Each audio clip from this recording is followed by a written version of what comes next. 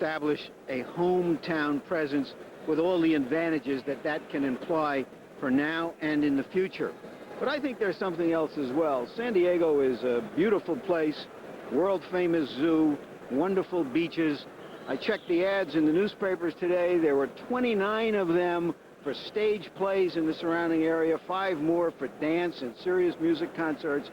But without big-time boxing, Jim, it's culturally deprived. I agree. And we're here to fill the void. Well, we brought our own culture with us, the massive culture of George Foreman. You fought at home in Houston a couple times earlier in your career. Advantage or disadvantage? Well, the major disadvantage is because you get a little too social. You stay out late at night, you're visiting and you're taking awards, and everybody want to pull you, and you're not ready. But if you are ready and you get in that ring, it's not like you're at home anymore. The referee, he's not your partner. The judge is not your partner, and definitely those gloves are not your brothers. You can get it. So the bell ring, you're not at home anymore. All right, and of course it doesn't mean much to Brett Lally, who has been to South Africa to beat South Africans and to Philadelphia to beat Philadelphians. He just wants a chance, and he's got it here tonight, even though virtually unknown.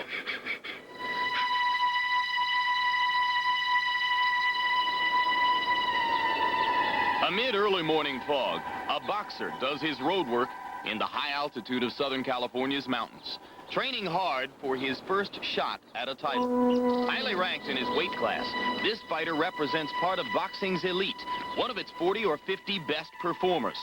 But as Brett Lally sweats in solitude, he lives with the knowledge that he is all but unknown to the general public. I really don't care about the recognition because recognition is what gets an athlete in trouble, you know. You see Tyson, everybody knows who he is, and you can see all the trouble he's in right now because they know he's got money and they know he's a champ. And after I win this title, I'll probably grow my hair back and no one will probably recognize me anyways, you know. So I'm not really worried about fame and fortune, you know. Basically, I'm out to fulfill my dream, you know, of being a world champion. After more than 10 years of professional boxing, Brett Lally's career earnings don't match the annual salaries of many average outfielders and journeyman power forwards. Boxing is an absurdly unbalanced sport where fame and fortune are concerned. Those at the very top, the Ray Leonards and Mike Tysons, are among the richest and most recognizable men on earth. But just a rung or two below them are hundreds of fighters like Brett Lally. Fierce, dedicated, willful boxers who, for some reason, have decided to stick with their sport in spite of pain and danger, even though it hasn't brought them fame or wealth.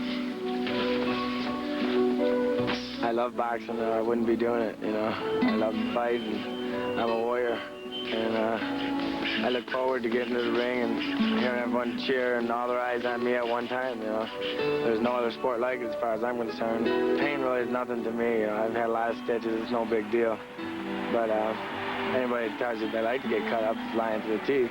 You got to do what you're good at, and fighting's what I'm good at. It's you, the other guy, and the referee. That's why I love it, you know. I'm in full control. I've never had to make my living by boxing. My brother's got a landscaping business, and I've been doing that for the last 13 years, and I really don't even need boxing. But like I said, that's what I'm good at. As he forces himself through the rigors of training, Brett Lally must think it's at least a little unjust. The number 2 ranked super welterweight contender in the world works as a landscaper to make ends meet. But he knows that all that could change if he can just win this one fight. I'm sure there's a lot of people that think Terry Norris is going to wipe me out. And that's what drives me, because I'm going to show him who's number 1. He better be in the best shape of his life that day, because I know I will be. And I'll be coming out like a tiger. He's a hard guy to box, because he's a boxing technician. And I'm going to make him fight my fight. As far as he won't have to look for me, because I'll be right in front of his face. Believe me, you're going to see an animal come out of my corner that night. So Brett Lally labors another day, thinking that if only he works hard enough, if only he prepares like never before, if only he can whip Terry Norris, his days of obscurity will be over.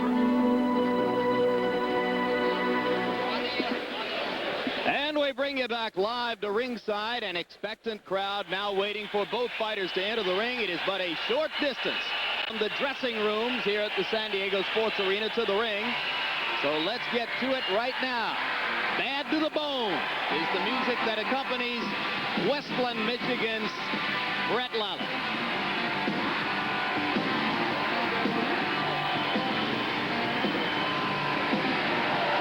Simon drew about $750,000 to his hometown concert the other night. But this isn't a bad debut for Terry Daniels as a champion here in San Diego. Nice little crowd. Perhaps 7,000 to 8,000 or so. Yeah, I started to say, if Simon got $750,000, Norris, it looks, got $750,000. Brett Lally, 29 wins, 5 losses, 18 KOs. That record's a bit misleading. 4 of the 5 losses were prior to a 2-year layoff in 1985 and 86. Since he came back in 87, he is 12-1. The only loss, a 2-round knockout at the hands of the then still regarded as outstanding Donald Curry. He gives you a different look, Larry. Yes, he does. This is the Brett Lally as his friends in Michigan knew him originally. And here he is in his Desert Storm look. And I suppose this is a change that the New York Yankees will have to worry about, because maybe Don Mattingly will go this route next. That's right. Next question, can Lally play first base? Now the crowd waits to show their enthusiasm for the hometown champion, and he will come out next.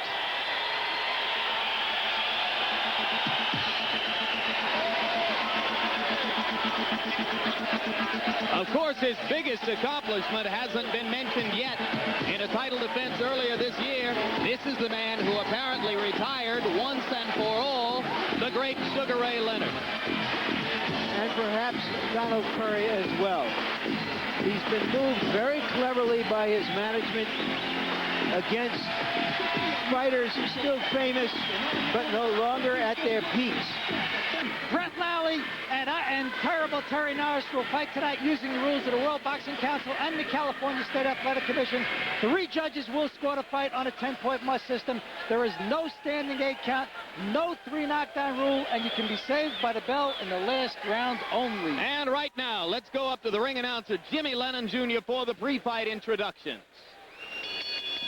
Ladies and gentlemen in attendance and sports fans joining us around the world, a very good evening to you and welcome. As Al Busson Promotions and Arena Boxing Enterprises, in association with the San Diego Sports Arena and Budweiser, the king of beers, presents the main event, the WBC Super Welterweight Championship. This bout is sanctioned by the World Boxing Council, the president, Jose Suleiman, supervisor at ringside, Ariosto Manrique, along with the California State Athletic Commission, the chairman, Ara Harabedian, commissioners in attendance, Willie Buchanan, William Eastman, and Carlos Palomino. And the assistant executive officer is Steve English. Now introducing the officials as appointed, physicians at ringside, Dr. Robert Carnes, Dr. Howard Baer, timekeepers at the bell, also keeping count of the knockdowns, John Lichty, Willie Areola. Judging at ringside, Dick Young, Stuart Kirschenbaum, and Sid Rubenstein. Presenting the referee in charge of this bout, he will be giving instructions after the introductions, Rudy Ortega. All right, fans, here we go. This is it, the main event of the evening.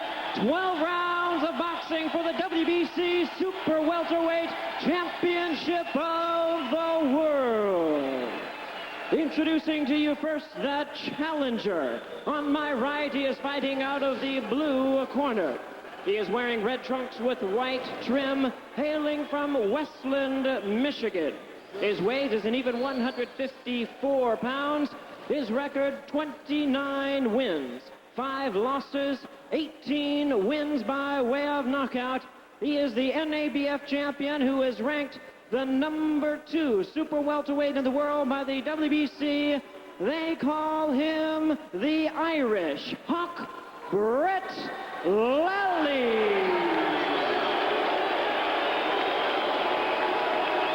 And his opponent across the ring on my left, fighting out of the red corner, is the defending world champion.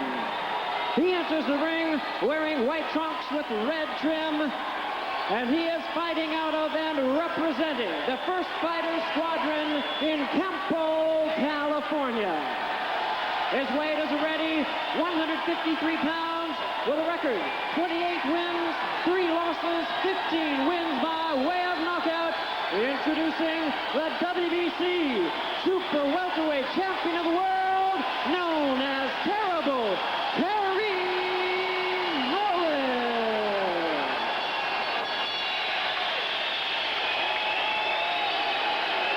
Good luck. Good luck. Well, all right. Wait a second. Let's back up there. All right. I've given you your rules in the dressing room. I don't want any violation of the rules. You understand that, Terry? You understand that, Brett? Yes, sir. If there's any violation, I'm going to enforce the rules. Any questions from the chief seconds? Remember, I'm going to be holding you responsible in regards to your fighters. You understand that? All right. A box, a good, clean fight. Shake hands and may the best man win. Let's go. Lally's best hope is to make a brawl out of this that lands and gets into the second half of the fight, wears down his opponent. But keep in mind that he can be hit and that he also cuts. George Foreman, what do you expect out of the first round? Boy, they've started to stare one another down. It's going to be a tough fight. They don't like each other. They almost had a little confrontation at breakfast a couple days ago. Lally said that Norris was showing off to some friends and he didn't like it. Lally landed a good left hook, and he don't even know it. He shook Terry Norris a bit. Step back. That's it. Step back, please. You will see Lally throwing wide swinging lefts and rights. He likes to come over the top with a looping right hand. Let go. Likes to try to get up and under with the uppercut. He's not afraid to take a punch. That's the most frightening thing about him. Norris lands a solid left hook, and down goes Brett Lally. A first-minute knockout, or knockdown. It was a bit of a flash knockdown, but a good left hook. It hurt, too, and he hasn't recovered. Of course, Terry Norris is not interested in a quick knockout.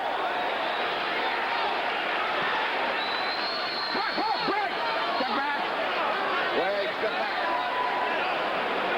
Norris has been known to get a little wild when he has a man in trouble. Right now, he appears to be under control. Misses with the right, lands a left hand inside. That's it. In my mind, if that punch had completely turned over, this guy would have stayed on the canvas, but it was more a sweeping right. Left, I'm sorry. And there's the right hand that Norris lands as Lally comes in. Boy, Norris is off to an accurate start with the power punches, George. And the target is there, up the middle, if he disciplines himself to come up the middle. There's another right hand.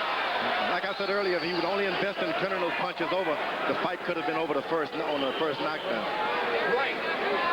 Brett Lally is not lollygagging. He intends to get in there, get hit, but return some punishment. Another solid left hook for Terry Norris. And Lally lands a right hand, but takes a right and goes down again. Good short right hand inside. 6, 7, 8. Yeah, okay.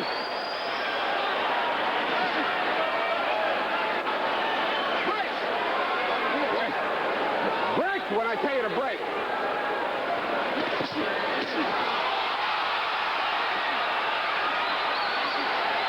There is no 3 knockdown rule in this fight. 3 knockdowns here, as there is the third one, and Rudy Ortega's seen enough. You got a first-round knockout for Terry Norris in his hometown appearance. Well, there was a 3 knockdown rule, but it was imposed by the champion. What do you think of that, George? I think it was amazing. Norris is going to walk right into history in boxing. He's taking his rightful place. He's going to be a famous and renowned boxer. He's going to need better opponents than this before he'll be able to prove that, because a lot of people are going to say, well, this is a statement on the lack of class in the 154-pound division. Where does Terry Norris go from here is going to be the next question. But what a performance. By our count, 2 minutes, 46 seconds. Yes, this guy's on the verge of being famous. He's outclassing all the middleweights. Not only did he knock this guy, Brett Lally, out, he knocked Sugar Ray Leonard down more than once. He's a famous fighter. It's going to take him years, like cooking a pot of stew, before people recognize it. Well, I know you love his talent, and everyone who has just seen this one-round explosion is bound to have a vivid memory now of terrible Terry Norris.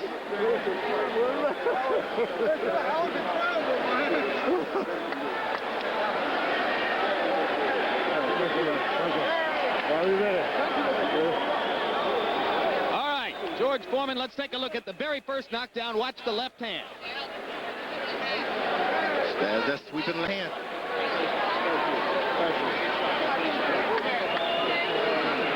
Still the first knockdown.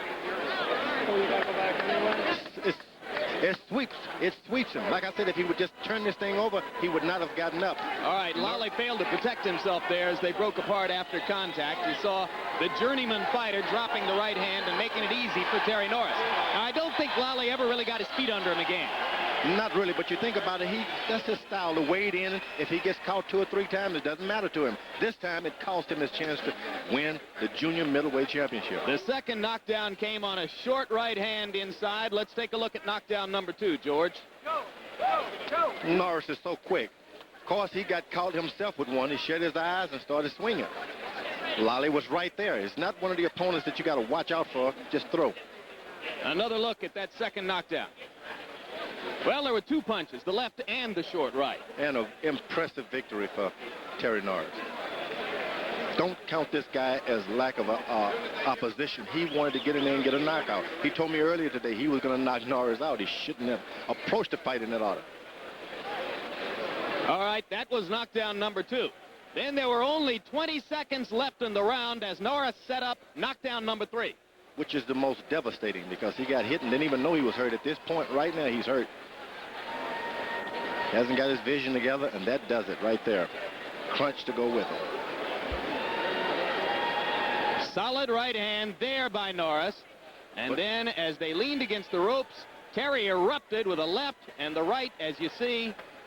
He didn't recover from the previous combinations. This was a matter of just laying it on him.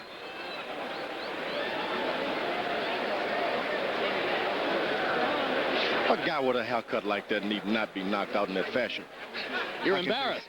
I'm embarrassed for but I can tell you this, he gave a good fight. It didn't last long, but he showed that he was willing to mix it up with the middleweight champion of the world. Well, he was willing to keep getting up. Rudy Ortega was the man who decided to stop it after this third knockdown with still 14 seconds remaining in round number 1. There was, as Larry Merchant pointed out, no 3 knockdown rule in it.